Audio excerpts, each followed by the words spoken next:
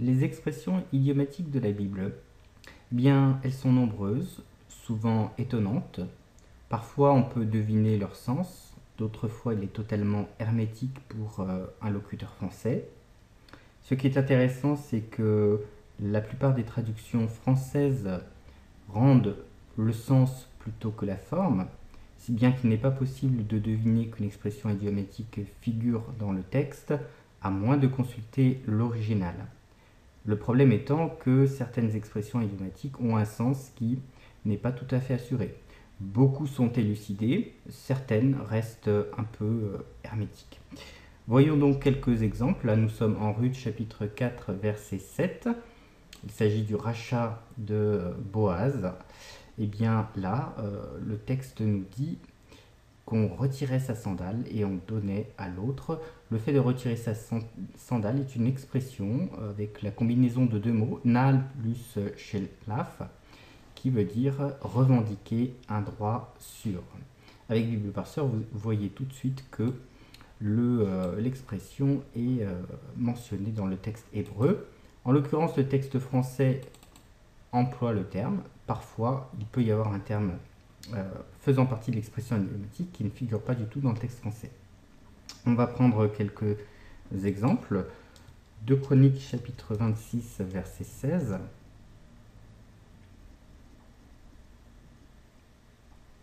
Mais lorsqu'il fut puissant, son cœur fut si hautain qu'il provoqua sa perte. Dans le texte, il est question d'un cœur qui s'élève. Lève plus le verbe gava. Son cœur s'élève, c'est-à-dire il s'enorgueillit. Isaïe chapitre 58, verset 9. Envoyer le doigt, c'est-à-dire accuser. Job chapitre 7, verset 19. Quand cesseras-tu de me fixer du regard? Quand me laisseras-tu le temps d'avaler ma salive? Bala plus roc, c'est avaler cette salive, autrement dit, avoir le temps de laisser le temps de faire quelque chose. Job chapitre 13, verset 14. Plus difficile, pourquoi défendrais-je ma personne avec acharnement? Au contraire, je vais risquer ma vie. Bien là, nous avons une expression en hébreu qui signifie lever sa chair dans ses dents. Là, c'est bazar la chair et là, c'est chaîne la dent. Ou bien kof plus nefesh, c'est mettre sa vie dans sa paume. Donc kaf la paume et nefesh l'âme ou la vie.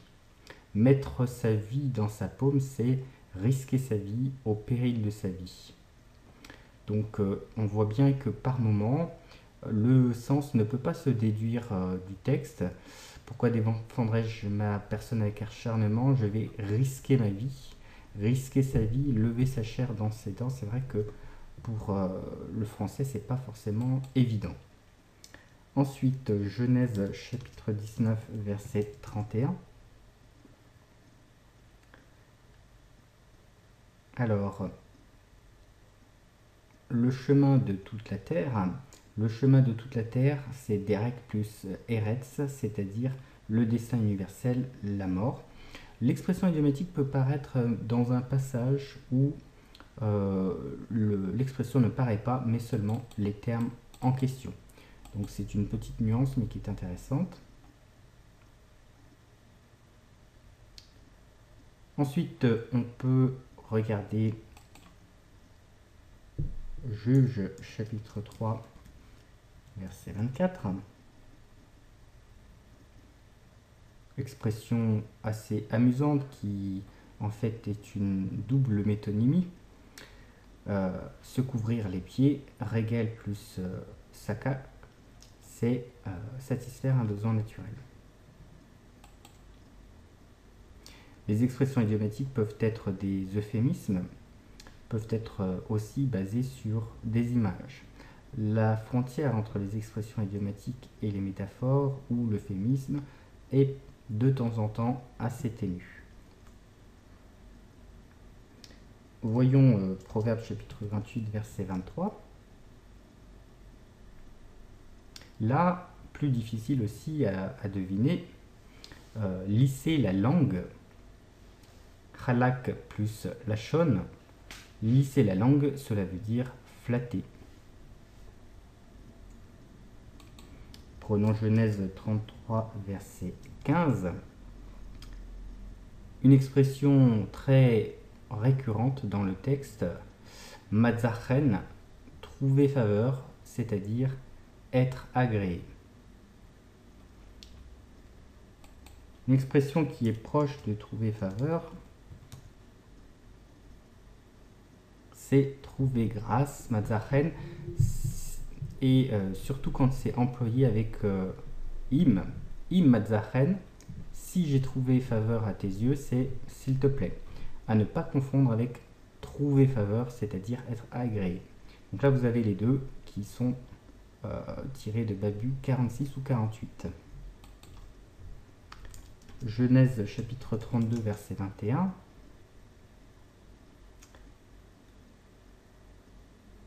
Bon, c'est pas Genèse, mais Lamentation chapitre 2, verset 15. Voilà. Hocher la tête, c'est-à-dire peut-être tourner en dérision ou défier. Noah plus Roche, le numéro 85. Quand il y a un point d'interrogation, évidemment, l'expression idiomatique n'est pas parfaitement élucidée. Donc les textes que vous avez en français, les traductions, peuvent avoir fait des choix qui leur sont propres. Enfin, dernier exemple, Michée chapitre 3, verset 7. Couvrir sa moustache ou sa barbe, autrement dit, manifester sa honte. Vous voyez qu'ainsi, les expressions idiomatiques ne sont vraiment pas rares en hébreu. Pour l'instant, il n'y a que les expressions idiomatiques de l'hébreu biblique. Il y a 135 expressions idiomatiques basées sur les travaux de Jean-Marc Babu et une quinzaine qui ont été repérées ultérieurement. C'est une base de données évolutive. Pour y accéder, vous devez cocher la fonction de contexte, référence contextuelle, et c'est aussi paramétrable à partir du module parallèle, et vous cochez analyse morphologique, expression idiomatique depuis ce menu.